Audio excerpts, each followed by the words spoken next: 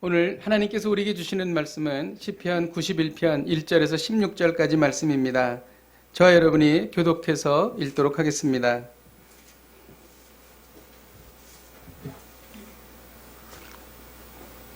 지존자의 은밀한 곳에 거주하며 전능자의 그늘 아래 사는 자여, 나는 여호와를 향하여 말하기를 그는 나의 피난처요 나의 요새요 내가 그리 안에 하나님이라 하느니 이는 그가 너를 새 사냥꾼의 올무에서와 심한 전염병에서 건지실 것이미로다. 그가 너를 그의 깃으로 덮으시니 내가 그의 날개 아래 피하리로다. 그의 진실함은 방패와 손방패가 되시나니 너는 밤에 찾아오는 공포와 낮에 날아드는 화살과 어두울 때 퍼지는 전염병과 밝을 때 닥쳐오는 재앙을 두려워하지 아니하리로다. 1000명이 내 왼쪽에서 10,000명이 내 오른쪽에서 엎드러지나 이 재앙이 내게 가까이 하지 못하리로다. 오직 너는 똑똑히 보리니 아이들의 보험을 내가 보리로다. 내가 말하기를 여호와는 나의 피난처시라 하고 지존자를 너의 거처로 삼았으므로 화가 너희를 지지 못하며 재앙이 내 장막에 가까이 오지 못하리니 그가 너를 위하여 그의 천사들을 명령하사 내 모든 길에서 너를 지키게 하심이라.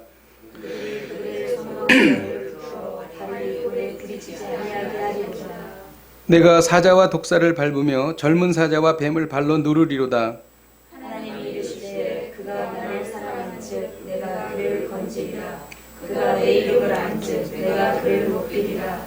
그가 내게 간구하리니 내가 그에게 응답하리라. 그들이 환난 당할 때에 내가 그와 함께하여 그를 건지고 영화롭게 하리라. 내가 그를 장수하게 함으로 그를 만족하게 하며 나의 구원을 그에게 보이리라 하시도다. 아멘. 이 시간 같이 우리 대한민국을 위해서 같이 기도하기를 원합니다.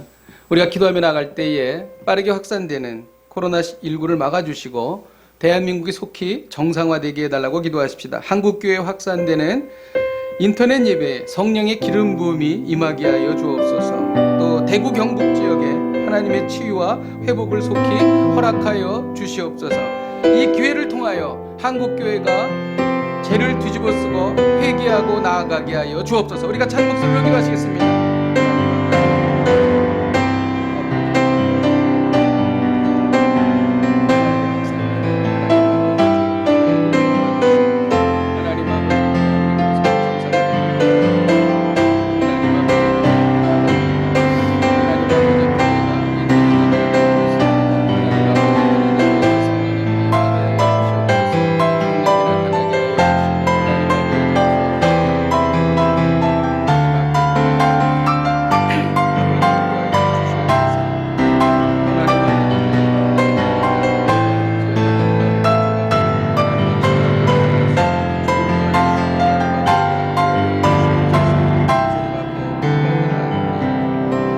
하나님 아버지, 환난 속에서도 하나님을 바라보며 담대하게 평안하게 하나님 아버지 어려움을 감당하며 이기며 나갈 수 있도록 인도하여 주시옵소서. 하나님 아버지, 우리 대한민국의 질병과 역병이 속히 사라지게 하시고 하나님 아버지 진정 회개하고 주님 앞에 나아감으로 말미암아 이 어려움을 통하여 완전히 새로워지는 한국교회가 될 수 있도록 인도하여 주시옵소서. 예수님의 이름으로 기도하였습니다. 아멘. 우리 온라인으로 예배드리시는 우리 서울호 산악교회 성도 여러분, 또 중국과 또 해외에서 또 각지에서 예배드리는 모든 성도분들에게 문안 인사를 드립니다. 오늘 말씀을 통해서 하나님께서 우리에게 큰 용기와 그리고 평안을 주시기를 간구합니다.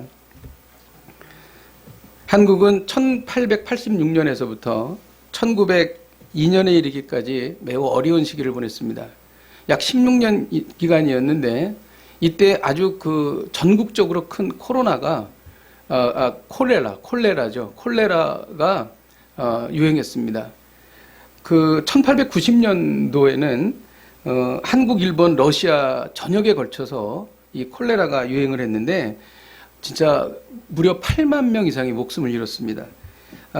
정부는 당시에 제중 원장이었던 에비슨을 콜레라 병원 책임자로 임명하고 많은 그 외국인들을 그리고 특별히 선교사님들이 많이 거기에 참가를 했는데 실질적으로 방역에 힘쓰고 치료에 힘쓰는 일이 있었습니다. 그래서 그 콜레라가 다 사라진 후에 정부가 이 그 선교회에다가 감사의 편지를 보낸 적도 있습니다. 1899년에는 3년간 천연두가 전국을 휩쓸어서 정말 수많은 사람들이 죽었습니다. 그리고 1901년부터 2년 동안에는 기근이 들었어요. 그래가지고 농사를 짓던 농부들이 산으로 들어가서 화전민이 됐습니다. 그리고 이런 그 어려움 속에서 선교사님들이 선교했던 것을 우리가 이렇게 보게 됩니다. 그리고 그 기간이 지나고 나서도 1904년에는 러일 전쟁이 일어나가지고 정말 각종 그 전염병들이 돌았습니다. 1910년에 만주에 신종폐렴이 나왔는데 이 신종폐렴으로 인해서 정말 많은 사람이 죽었습니다. 수만 명이 목숨을 잃었어요. 그래서 당시에 케임브리지 출신 중국인 의사인 오연덕은 이 역병은 기침이랑 그리고 재채기 그리고 대화할 때 공기 중에서 전염이 된다. 이거를 밝히고 이것을 주의를 주었습니다. 지금에 유행하는 것과 거의 비슷한 경로로 유행했죠. 그래서 이 신종폐렴이 어디서부터 시작이 됐는가를 밝혔는데 그 산속 바위에 사는 쥐목 다람쥐과에 속하는 마르모트라고 하는 동물이 있어요. 이 마르모트라고 하는 동물로부터 신종폐렴이 나와서 이 마르모트를 잡는 것을 금지하고 신종폐렴으로 사람이 죽었을 때에 장례를 치르지 않고 소각하면서부터 이 신종폐렴이 사라지기 시작했다는 기록이 있습니다. 그리고 1918년에는 스페인 독감으로 인해서 정말 많은 사람들이 세계적으로 죽었죠. 그때에도 한국에서 무호 독감이라는 이름으로 정말 약 14만 명이 사망했습니다. 정말 무서운 일이었죠. 이때에 조선 총독부 통계 영감에 이르면은 그때 우리나라 전체 인구가 1678만 명이었습니다. 이 중에서 절반 이상이 감염됐어요. 그리고 1.87%가 사망한 것입니다. 역병은 과학 문명이 아무리 발달해도 잡을 수가 없습니다. 그 사건이 난 100년 뒤인 작년에 2019년에 미국에서 독감이 발생했습니다. 그래서 8,000명 이상이 목숨을 잃었어요. 그러니까 인간의 한계를 뛰어넘는 그런 역병이 바로 재앙이다. 이렇게 알 수가 있습니다. 우리는 이러한 일이 있을 때에 생각합니다. 역병이나 태풍이나 재앙, 지진, 기근 이러한 것들이 무섭게 임할 때에 과연 이것은 하나님의 심판인가? 이것에 대해서 우리는 생각하죠. 우리는 성경으로 돌아가 봐야 합니다. 성경은 뭐라고 말하고 있는가? 전염병이 일어나서 하나님이 심판하시게 된 경우가 종종 있었습니다. 민수기 16장에 보면은 레위 지파인 고라와 르우벤 지파인 다단과 아비람이 모세와 아론에게 대항해서 대적해서 일어난 일이 있습니다. 이것에 대해서 하나님께서는 진노하셨고 또 이들을 심판하셨죠. 근데 그럼에도 불구하고 백성들이 모세와 아론에게 순종하지 않은 거예요. 그리고 불평불만을 한 것입니다. 그때에 하나님께서 전염병을 보내십니다. 그래서 많은 사람들이 죽게 되죠. 그리고 역대상 21장에는 다윗이 군사의 수를 센 적이 있습니다. 군사의 수를 센다는 것이 무슨 죄인가 그렇게 생각하겠지만 하나님을 의지하지 않고 자기가 가지고 있는 군사를 의지하게 됐다는 거예요. 그래서 이것이 죄가 되어서 하나님께서는 선지자 갓을 보내가지고 3가지 중에 하나를 선택하라고 그랬어요. 3년 동안 기근을 당할 것이냐, 적군에게 쫓겨서 3달 동안 쫓겨다닐 거냐, 아니면 3일 동안 전염병이 돌게 할 것이냐. 그때에 다윗이 그 셋 중에 하나를 선택하지는 않고 뭐라고 그랬냐면 하나님께 모든 것을 맡겼습니다. 차라리 하나님의 손에 벌을 받는 것이 낫겠습니다. 이렇게 말을 했습니다. 이때 하나님께서는 전염병을 선택하셨어요. 그래가지고 3일 동안 전염병이 돌아서 7만 명이 죽었습니다.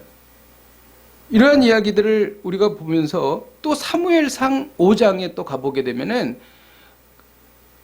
하나님의 언약궤가 움직이는 데에 따라서 하나님께서 심판하신 그 일이 나옵니다. 블레셋 사람들이 언약궤를 가지고 있었어요. 그래서 에베네셀에서 아스돗으로 옮겼더니 언약궤를 옮겨놨더니 하루 자고 일어났더니 다곤이라고 하는 신상이 무너져가지고 목이 부러지고 두 손목이 부러져서 쓰러져 있는 겁니다. 근데 거기에서 끝난 것이 아니고 하나님께서 독한 종기, 이 종기도 전염병이에요. 그래서 독한 종기를 보내셔가지고 사람들이 많이 죽었습니다. 그래서 너무 놀래가지고 그것을 다른 곳으로 옮겼습니다. 그랬더니 그 다른 곳은 가드였는데 가드 지역에도 또 독한 종기가 돌았어요. 그래서 사람들이 죽게 되었습니다. 이것도 전염병이었다는 것이죠. 우리는 여기까지 보면 그러면 전염병이 돌 때는 하나님께서 우리를 심판하시는 것이구나. 특별히 어떤 죄를 지어서 그런 것이구나. 그렇게 우리가 생각할 수 있습니다.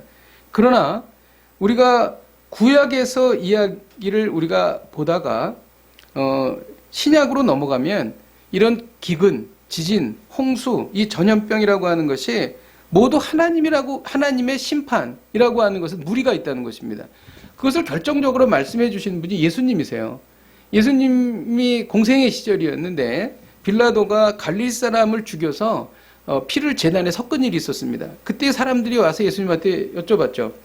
그러면 이 죽은 사람들의 죄 때문에 이들이 죽은 게 아닙니까? 그랬더니 예수님께서 그렇지 않다고 말씀하셨어요. 뭐라고 말씀하셨냐면 너희가 만일 회개하지 아니하면 다 이들과 같이 망하리라 이렇게 말씀하셨습니다. 이게 무슨 말일까요? 또 이런 일이 또 있었습니다. 당시에 실로암 망대가 죽어서 18명이 죽은 일이 있었습니다. 이때도 또 예수님에게 와서 그랬죠. 예수님, 이 사람들이 특별히 죄가 많아서 실로암 망대가 무너져서 다 이렇게 죽은 것이 아닙니까? 근데 똑같이 말씀하셨어요. 이들이 특별히 너희들보다 더 죄가 많은 것이 아니라 너희들도 회개하지 않으면 다 이와 같이 망하리라. 똑같이 말씀하셨어요. 이것은 무슨 말씀입니까? 재앙을 당한 것은 그 재앙 당한 사람의 죄 때문에 그 재앙이 임했다라고 하는 관점보다는 하나님을 떠난 인간의 죄 자체로부터 재앙은 발생했다라고 하는 거예요. 그러니까 모든 사람에게 재앙은 해당된다는 거예요. 왜? 죄가 들어왔기 때문에. 에덴 동산에서 아담과 하와가 죄를 짓고 하나님을 떠난 이후에 고통과 질병이 찾아왔습니다. 하나님은 사람들을 적대적으로 대했죠. 그리고 하나님과의 적대적인 관계가 되었습니다. 그때부터 사람들에게 고통과 질병과 그리고 죽음이 찾아온 것이죠. 이것에 대해서 창세기 3장 17절에서 19절에 이렇게 말하고 있습니다. 아담에게 이르시되 내가 내 아내의 말을 듣고 내가 내게 먹지 말라 한 나무의 열매를 먹었은즉 땅은 너로 말미암아 저주를 받은 겁니다. 심판이 임하는 것이죠. 너는 내 평생 수고하여 그 소산을 먹으리니 땅이 내게 가시덤불과 엉겅퀴를 낼 것이라. 우리가 살기 굉장히 팍팍해지고 어려워진다는 것입니다. 그 이유가 무엇으로부터 비롯됐는가? 인간의 원죄로부터 비롯됐다는 것입니다. 그래서 결국 너는 흙이니 흙으로 돌아갈 것이니라 라고 말씀을 마치게 되는 것이죠. 또 인간이 당하는 재앙이 그 재앙을 당하는 사람의 죄 때문이 아니라는 것을 욥을 통해서도 알 수 있습니다. 욥은 자신의 죄 때문에 고난받은 것이 아니었죠. 하나님의 섭리로 인해서 고난받은 것입니다. 하나님의 섭리와 경륜에 의해서 고난받은 것이죠. 근데 친구들이 와가지고 너는 죄 때문에 그렇다라고 계속 이야기를 했죠. 너무나 답답해서 이것에 대해서 여러 차례 변론을 하죠. 그리고 너무 답답해서 하나님께 호소합니다. 하나님, 저의 이 그 답답함을 좀 풀어주십시오. 하나님이 오셨습니다. 근데 놀라운 것은 욥에게 죄가 없다고 말씀하신 게 아니고 하나님의 전능하심을 보여주심으로 인해서 욥이 얼마나 부족하고 연약하고 보잘것없는 존재인가 라고 하는 것을 깨닫게 하시고 욥으로 하여금 회개하게 하셨다는 것입니다. 근데 이 과정을 통해서 욥에게 내가 재앙을 당하는 원인을 설명하지 않으셨다는 거예요. 성경 보면 그렇습니다. 여러분, 우리가 우한 폐렴이 왜 우한에서 일어났는지 우한 사람들이 죄 때문에 그런 것입니까? 라고 질문을 하면 하나님께서는 똑같이 욥에게 말씀하신 것처럼 말씀하지 않으신다는 것이죠. 여러분, 사실 우리는 이러한 일을 통해서 이 원인이 무엇인지를 아는 것보다 더 중요한 것이 뭐냐면 재앙을 당할 때에 우리가 서로 돕고 사랑을 실천해야 된다는 것이죠. 이것이 바로 우리에게 하나님께서 원하시는 것입니다. 아주 오래전에 초대교회 시절이었어요. 시리아 출병을 나갔던 로마 군인들이 로마로 돌아왔습니다. 그런데 시리아에서 천연두를 갖고 온 겁니다. 그래서 당시에 로마 사람이 500만 명이 죽었습니다. 당시 초대교회는 이것을 보고 천연두도 전염되잖아요. 그런데 사랑과 희생으로 환자를 돌보았습니다. 그 결과 교회는 엄청나게 부흥을 했습니다. 더 무서운 일이 있었습니다. AD 251년 아프리카에서 키프리아누스라는 전염병이 있었습니다. 이거는 접촉을 통해서 전염이 되는데 치사율이 50%입니다. 걸리면 반 죽어요. 그러니까 어떤 일이 생겼냐면 로마 제국에 있는 부자들이 로마를 떠나는 겁니다. 도시를 떠나서 시골로 도망가는 거예요. 그 빈자리를 크리스찬들이 메꿨습니다. 그리고 크리스찬들이 다니면서 병든 사람들을 사랑으로 돌봐주고 치료해주고 먹을 것을 갖다 준 거죠. 물론 같이 죽었어요. 이 과정에서 많은 성도들이 천국의 소망을 갖고 그들과 함께 죽었다. 이렇게 역사는 기록하고 있는 것입니다. 재앙이 임할 때에 우리는 사랑을 베풀어야 된다는 것입니다. 그리고 재앙이 임할 때에 회개해야 한다는 것이죠. 그것은 욥을 통해서 우리가 알 수 있는 것입니다. 인간 세상에서 발생하는 모든 일은 하나님이 허용하지 않으시고는 되는 일이 없습니다. 코로나19가 창궐에 나아갈 때에 대한민국 회개해야 합니다. 한국교회 회개해야 합니다. 저를 포함한 성도들이 회개해야 합니다. 여러분, 이것이 바로 하나님께서 우리에게 원하시는 것입니다. 그런데 구약에 보면은 전염병이 도를 때에 늘 그 교회 지도자나 이스라엘 백성들이 회개할 때에 전염병이 그쳤어요. 우리는 이것을 기억해야 할 것입니다. 우리가 이 재앙을 당할 것을 아시고 하나님께서 우리에게 시편 91편을 주셨습니다. 이 시편 91편은 정말 읽으면 읽을수록 담대함이 생기고 평안해지고 기쁨이 생기고 정말 하나님께 감사하게 되는 시편이라고 할 수 있습니다. 시편 91편은 정말 살벌하고 공포스러운 단어로 나열되어 있습니다. 밤에 찾아오는 공포가 있습니다. 이 시편을 어떤 사람은 모세가 썼다고 그러고 어떤 사람은 다윗이 썼다고 그러는데 모세가 자기가 이집트에서 떠나서 광야를 다닐 때에 그가 어디 살 곳을 찾아서 다닐 때 얼마나 무서웠겠어요. 밤이 되면 야수들의 눈동자가 빛났을 것입니다. 그 얼마나 두려웠겠어요. 잠이나 제대로 잤겠습니까? 이것이 바로 밤에 찾아오는 공포입니다. 그리고 낮에 날아드는 화살. 광야에 가면 베두인 족속들이 있습니다. 이들은 유리하면서 지나가는 여행객들을 에게 화살을 쏩니다. 그리고 그들의 재산을 빼앗죠. 이것이 바로 낮에 찾아오는 공포입니다. 어두울 때 찾아오는 전염병은 뭐냐면 당시에 고대 사람들은 전염병이 밤에 퍼진다고 생각을 했습니다.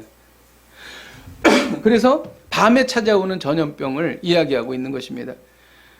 그리고 밝을 때 찾아오는 재앙이 있습니다. 이것은 밝을 때에는 그 팔레스타인 지역에 굉장히 뜨거운 태양이 비추기 때문에 일사병이 많이 걸렸다고 해요. 그것을 여기에서 말하고 있는 것이죠.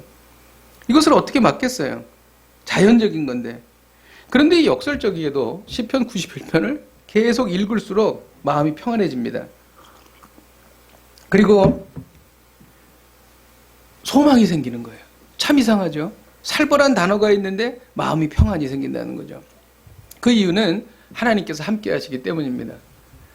저는 아주 오래전에 에버랜드에 사파리 월드를 간 적이 있습니다.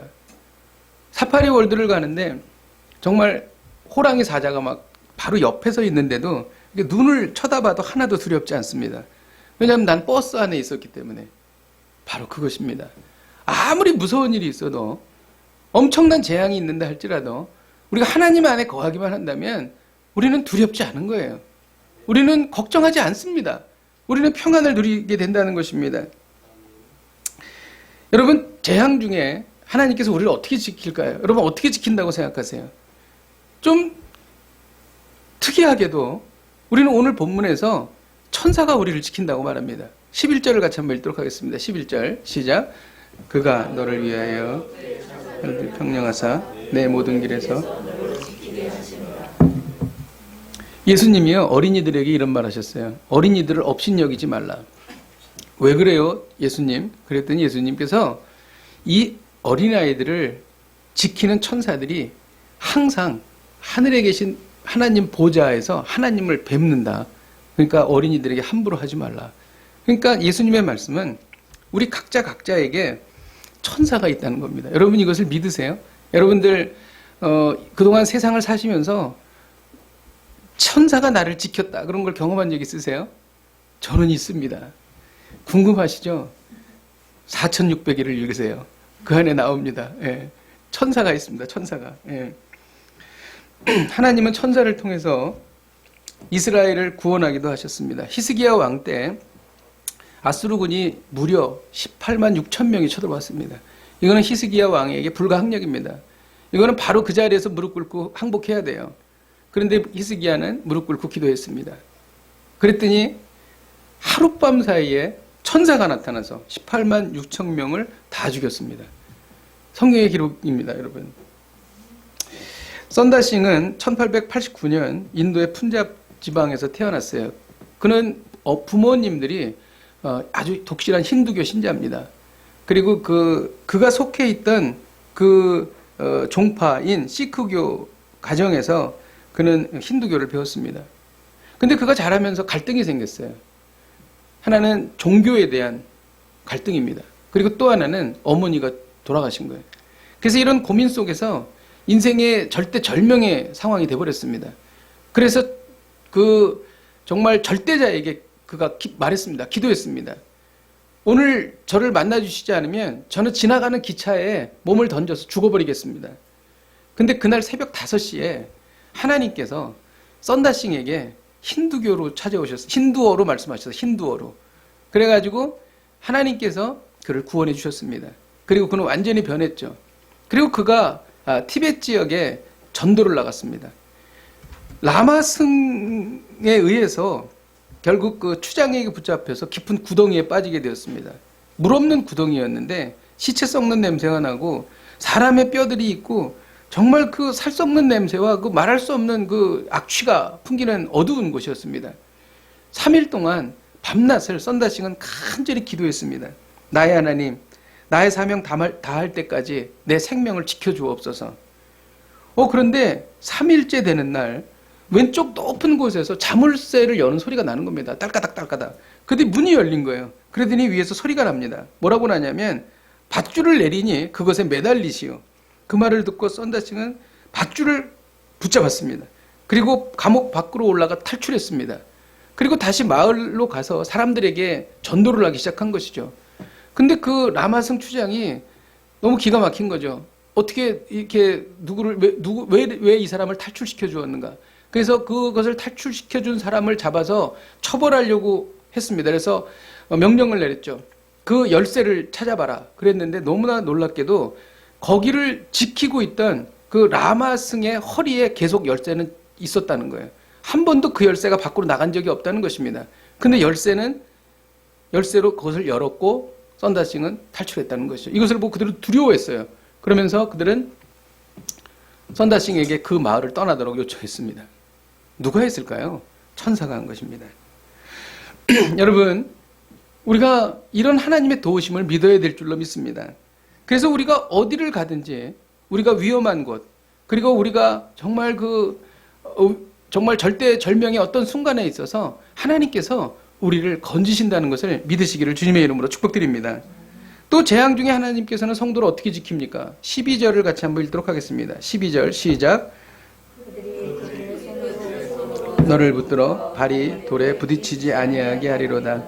발이 돌에 부딪히지 않게 하겠다. 재앙을 피하게 해주시겠다라고 하는 말씀입니다. 발이 돌에 부딪히지 않겠다고 하는 말은 좁은 의미에서는 실족에 해당하지만 넓은 의미로서는 실패를 해당합니다.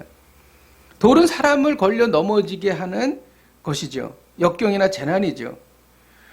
발이 돌에 걸려 넘어지는 것 자체뿐만이 아니라 그것으로 인해서 얻게 되는 상처도 의미하는 것입니다. 그런데 하나님께서 그것을 피하게 해주신다는 것입니다.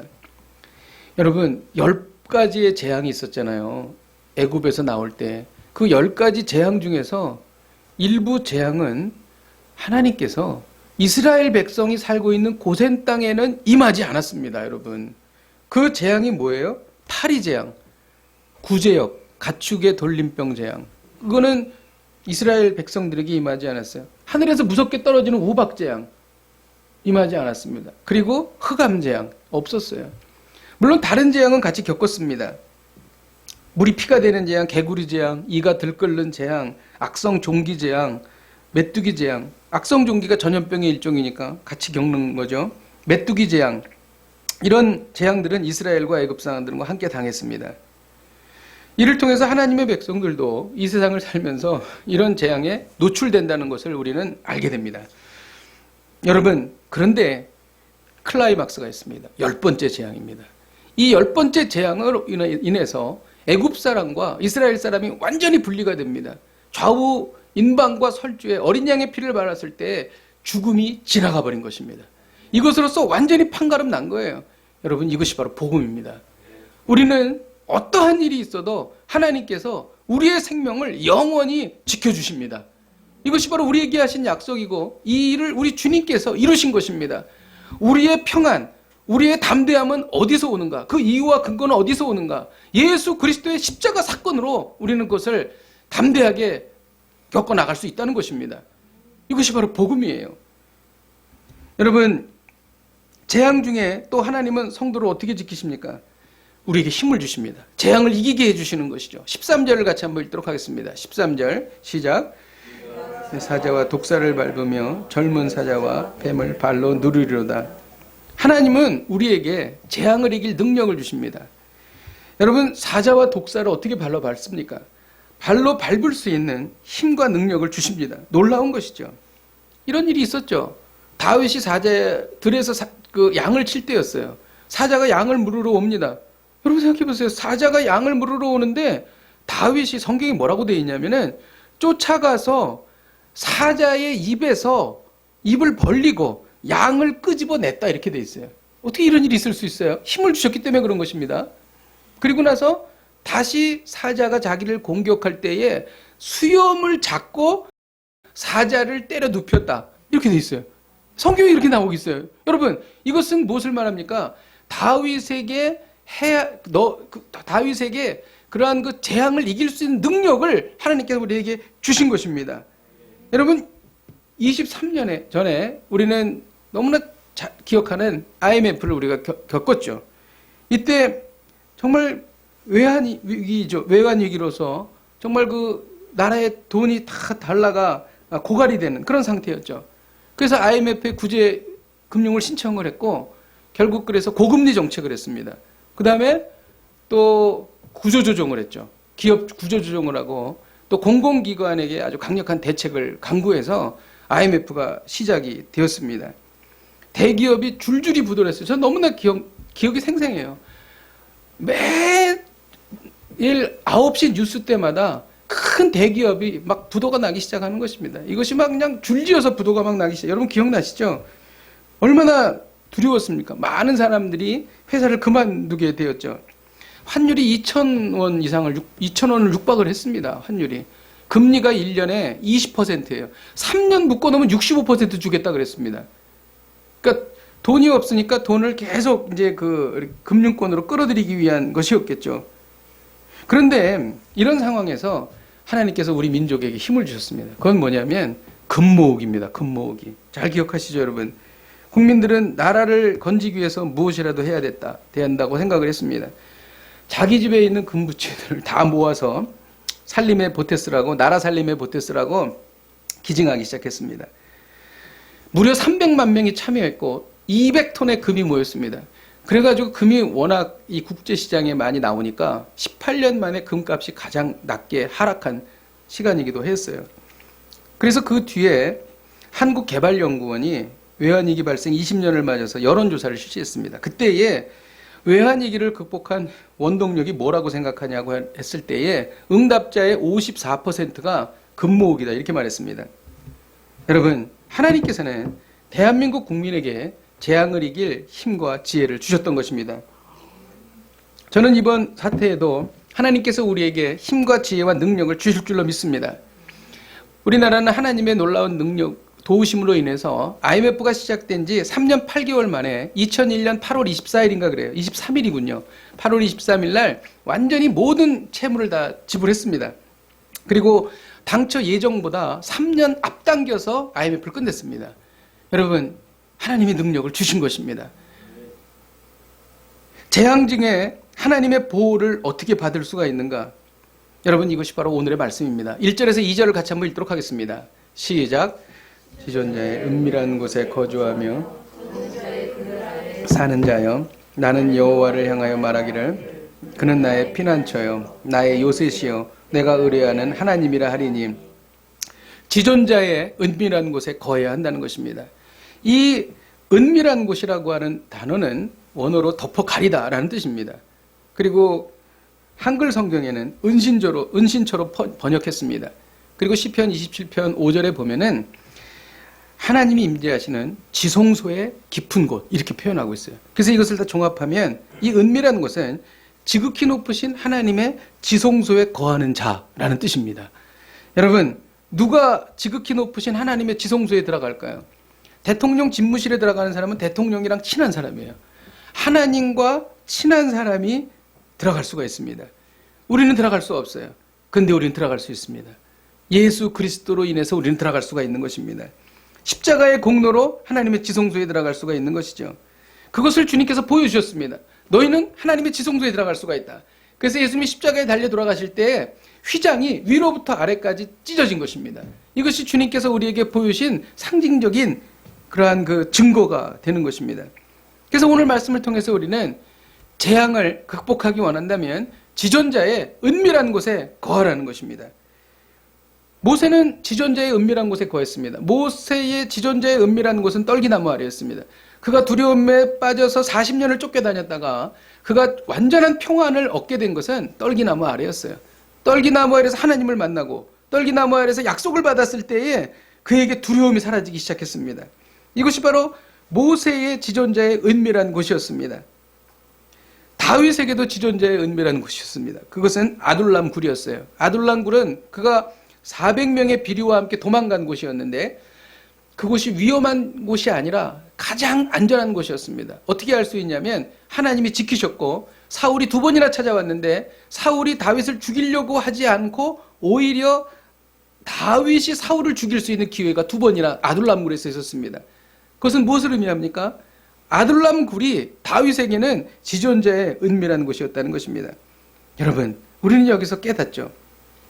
지존자의 은밀한 곳은 내가 하나님과 은밀히 교통하는 곳입니다. 그곳이 지존자의 은밀한 곳입니다. 여러분은 은밀하게 하나님께 기도하는 장소가 있으십니까? 여러분, 그 은밀하게 하나님께 기도하는 그 시간이 있으십니까? 그것이 바로 지존자의 은밀한 곳이라는 것입니다. 이 시간이, 이 상황이 우리를 지키고 우리를 안전케 해주신다는 것입니다. 여러분, 우리는 이렇게 생각할 수 있습니다. 아, 우리가 하나님께 나아가기만 하면 우리에게 재앙이 오지 않는구나. 그렇지 않습니다. 성경은 그렇게 말하지 않습니다. 지존자의 은밀한 곳에 가면 재앙을 겪지 않는다는 것은 아닙니다. 요셉을 보면 알 수 있어요. 요셉이 하나님과 동행했습니다. 그러나 그는 종살이도 했고 그는 감옥살이도 했습니다. 그런데 성경은 요셉에게 뭐라고 말하냐면 요셉은 형통한 사람이라 이렇게 말합니다. 왜 그렇습니까? 요셉이 옥살이를 할 때도 하나님과 함께 했고 요셉이 종살이를 할 때도 하나님과 함께 했기 때문입니다. 여러분, 우리가 재앙 중에서도 하나님과 우리가 함께 한다면 우리는 형통한 사람이 되는 것입니다. 우리는 지존자의 은밀한 곳에 거하는 사람이 되는 것이죠. 폭풍의 존재를 하나님께 맡기고 하나님의 문을 피난처로 삼아서 하나님께 매달리기만 한다면 재앙을 당하지 않고 평안하게 지내던 날보다도 훨씬 더 영적으로 유익하고 훨씬 더 하나님과 깊이 우리는 만날 수가 있다는 것입니다. 하나님의 은밀한 곳은 아무 재앙도 임하지 않게 하는 것이 아니라 그 재앙이 우리에게 악이 되지 않게 하신다는 것입니다. 이것이 바로 하나님의 약속이죠. 사업하는 2 동업자가 있었습니다. 한 사람은 예수 그리스도를 믿는 사람이고 한 사람은 불신자였어요. 근데 그 사업이 쫄딱 망했습니다. 둘 다 망했죠. 여러분, 파산해도 그러면 이 파산 상태가 이 2 사람에게 똑같은 상태가 된 것입니까? 그렇지 않습니다. 파산해도 하나님이 함께 하시면 하나님의 은밀한 곳이 됩니다. 하나님의 백성은 파산을 통해서도 하나님의 섭리가 있고 하나님의 계획이 있기 때문입니다. 여러분, 두 사람이 같이 배를 탔습니다. 한 사람은 하나님을 의지하는 사람이고 한 사람은 불신자예요. 아무것도 자기 외에 믿는 것이 없는 사람입니다. 배가 전복이 돼서 둘 다 죽었습니다. 그래가지고 이 바닷가에 보니까 두 사람의 시체가 다 똑같이 해초가 덮이고 조개가 막 묻어있고 그런 채로 개펄에서 발견이 되었습니다. 이 물에 빠져 죽은 사람이 똑같은 것입니까? 절대 그렇지 않습니다. 우리는 오직 한 사람에게만, 믿는 사람에게만 화가 내게 미치지 못하여 재앙이 내 장막에 가까이 하지 못하리라고 말할 수 있는 것입니다. 왜냐하면 죽음이 끝이 아니기 때문입니다. 죽음 뒤에 그 사람의 영혼을 하나님께서 영원히 지키시고 보호해 주시기 때문인 것입니다. 여러분, 어떻게 우리가 지존재의 은밀한 곳에 들어갈 수 있습니까? 14절에서 15절을 같이 한번 읽도록 하겠습니다. 시작. 하나님이 이르시되 건지리라. 그가 내 이름을 안즉 내가 그를 높이리라. 그가 내게 간구하리니 내가 그에게 응답하리라. 그들이 환난 당할 때에 내가 그들과 함께하며 그를 건지고 영화롭게 하리라. 하나님께서는 시편 91편을 통해서 이 재앙을 당할 때에 너희가 해야 할 것이 무엇인가를 우리에게 가르쳐주고 계십니다. 여러분, 하나님을 사랑하는 사람만이 지존자의 은밀한 곳에 들어갈 수 있습니다. 여러분은 일주일을 살면서 하나님께 너무 감사해서 눈물로 감격해 본 적이 몇 번 되십니까? 정말 하나님을 얼마나 사랑하십니까? 하나님을 사랑하면 사랑할수록 하나님의 지존자의 은밀한 곳에 더 깊이 우리는 들어갈 수 있다는 것입니다. 그러니까 지존자의 은밀한 곳을 들어갈 수 있는 열쇠는 내가 하나님을 사랑하는 것입니다, 여러분. 그럴 때 우리는 지존자의 은밀한 곳에 들어갈 수 있는 것입니다. 그리고 또 뭐라고 말합니까? 하나님의 이름을 아는 자, 하나님과 교제하는 자, 하나님을 아는 사람. 여러분, 영생이 뭐예요? 하나님과 그의 보내신 자 곧 예수 그리스도를 아는 것이 영생이라고 그랬습니다. 하나님을 아는 것은 이렇게 중요한 것입니다. 여러분, 그리고 하나님께 간구하는 사람이라고 했습니다. 저는 요즘에도 매일 새벽에 나와서 여기서 기도합니다. 여러분, 매일 기도하고 주님 앞에 간구하는 자만이 지존자의 은밀한 곳에 거할 수가 있는 거예요. 그리고 깨달을 수 있어요. 아, 내가 지존자의 은밀한 곳에 있구나. 기도를 시작하고 나서 영적 환경은 너무나 달라집니다. 두려워하다가도 눈을 감는 순간 담대함이 생깁니다. 하나님의 음성이 들립니다. 여러분, 이것이 바로 기도인 것입니다. 왜 그렇습니까? 여호와의 눈은 온 땅을 두루 감찰하시며 전심으로 자기에게 향하는 자에게 능력과 은혜를 베푸시기 때문인 것입니다. 여러분, 기도하시기를 바랍니다. 오늘 본문 중에서 유심히 봐야 할 부분이 있습니다. 9절에서 10절에 보면 내가 말하기를 여호와는 나의 피난처시라 하고 지존자를 너의 거처로 삼았으므로 화가 내게 미치지 못하며 재앙이 내 장막에 가까이 오지 못하리니라고 말합니다. 여러분은 이 9절에서 거처가 두 군데 나오는데 이것을 눈여겨본 적 있으십니까? 지존자를 너의 거처로 삼았으므로 그 다음에 내 장막에 가까이 오지 못하리니. 장막도 거처입니다. 거처가 두 군데가 나오죠. 시편 90편에 보면은 주여 주는 대대에 우리의 거처가 되셨나이다라고 기록합니다. 이것은 우리가 거할 영원한 거처를 말하는 것입니다. 여러분, 우리는 거처가 두 개인데 하나는 지금의 장막입니다. 이 장막은 없어져 버리는 것이죠. 그러나 하나님의 장막은 영원한 것입니다. 이 거처는 새롭고 튼튼하며 썩지 않고 수천 년의 세월이 흘러도 변하지 않는 옛적부터 있어 온 것입니다. 이 유서 깊은 거처 옆에 우리가 세상의 삶을 살아가는 일시적인 작은 천막이 있는 것입니다. 그러므로 앞에 나오는 거처는 영원한 거처이고 뒤에 나오는 거처는 일시적인 거처인 것입니다. 우리는 안타깝게도 부서지고 덧없이 없어져 버리는 환영과 같은 이 세상의 삶을 살고 있습니다. 그런데 우리는 흘러가는 구름 조각으로 변치 않는 영원하고 안전한 집을 만들려고 하는 것이죠. 금방 없어져 버릴 것인데 그것을 영원한 집으로 우리는 만들려고 애를 쓰고 살아간다는 것입니다.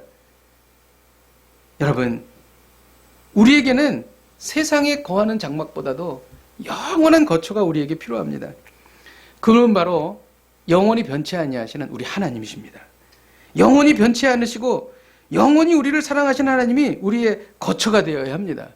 그러면 우리의 장막이 어떻게 되든지 신경 쓸 일이 없어요. 우리가 만세반석을 거처로 삼고 있다면 우리는 우리의 거처가 천막이고 그 천막이 곧 썩어져 간다고 해도 우리는 두려워할 일이 없다는 것입니다. 왜? 우리에게 영원한 거처가 있기 때문이죠. 여러분, 저는 말씀을 준비하면서 우리가 이러한 재앙 속에서 어떻게 어떠한 영적인 태도를 갖고 살아야 될 것인가에 대해서 생각해 보았습니다. 재앙이 온다고 너무 두려워할 필요가 없습니다. 그렇다고 너무 이 재앙은 별것이 아니라고 만용을 부릴 필요도 없어요. 자만해질 필요가 없습니다. 다만 우리가 깨닫는 것이죠. 아, 이 세상은 불완전한 세상이다. 이 세상은 우리가 영원히 거할 곳이 아니다라는 것을 끊임없이 우리에게 자각시켜 주는 것입니다. 그리고 이 흔들리는 이 세상에서 두 발을 딛고 영원히 변치 아니하는 그 거처를 향하여 우리의 눈을 바라보며 하루하루를 성실하게 하나님의 뜻대로 살아가는 것입니다. 이것이 바로 우리가 재앙을 당하는 영적 태도인 것입니다. 그러면 우리는 흔들리지 않을 것입니다. 그리고 하나님께서 우리와 함께 하시는 것을 경험하게 될 것입니다. 오늘 하나님은 우리에게 말씀하십니다. 재앙을 극복하기 원한다면 지존자의 은밀한 곳에 거하라. 재앙을 극복하기 원한다면 지존자의 은밀한 곳에 거하라. 이를 위해서 하나님을 깊이 사랑하십시다. 그리고 하나님을 깊이 알아가십시다. 그리고 하나님께 간절히 간구하십시다. 이것이 바로 오늘 하나님께서 우리에게 주시는 말씀인 것입니다. 우리 함께 찬양하고 기도하겠습니다. 주 품에 품으소서. 우리 같이 찬양하십시다.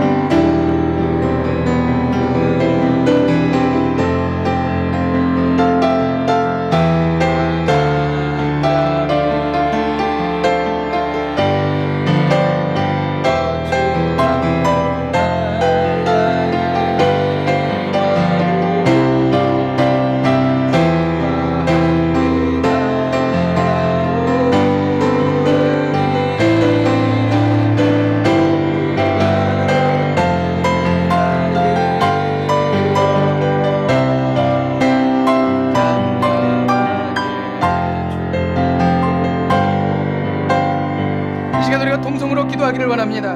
인생에서 만나는 재앙을 이기기 위해 지존자의 은밀한 곳에 거하게 하여 주옵소서. 이를 위하여 하나님을 사랑하겠습니다. 하나님을 더 알아가겠습니다. 하나님께 더 간구하겠습니다. 지존자의 은밀 앞에 거함으로 말미암아 재앙 속에서도 평안과 기쁨을 승리를 누리게 하여 주시옵소서. 우리 함께 동성으로 믿음으로 기도하시겠습니다.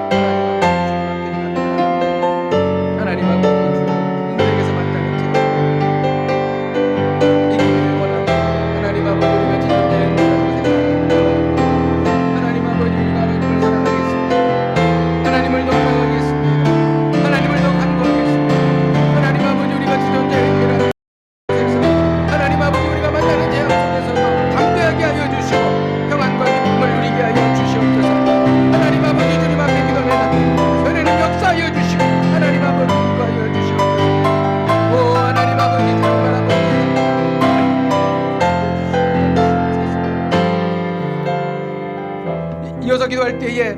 세상의 장막에 모든 소망을 두지 않게 하옵소서.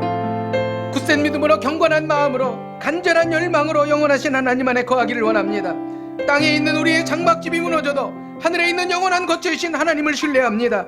이를 통하여 평안과 기쁨을 누리게 하여 주시옵소서. 우리 함께 통성으로 기도하시겠습니다. 하나님 아버지, 주님 앞에 기도합니다.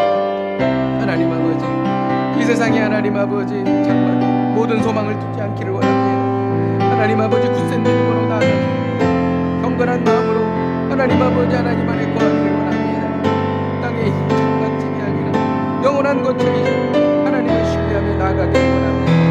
하나님 아버지, 우리 은혜를 생각하고 말미암아 하나님 아버지, 주여 아버지 하나님 주님을 바라보고 나아갑니다. 우리가 아버지 흔들리는 이 세상에 발을 딛고 있지만 영원한 천국을 바라보고 우리가 살아갑니다. 하나님 아버지, 영원한 우리의 거처를 준비하며 나아가기를 원합니다.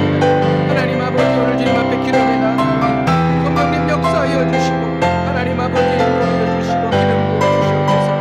하나님 아버지 주시옵소서.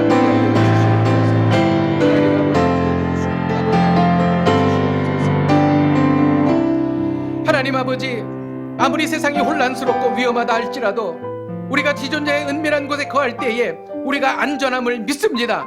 하나님 아버지, 이러한 어려움 속에서도 평안을 누리게 하여 주시고 담대하게 하여 주시고 승리하게 하여 주시옵소서. 예수님의 이름으로 기도하였습니다. 아멘.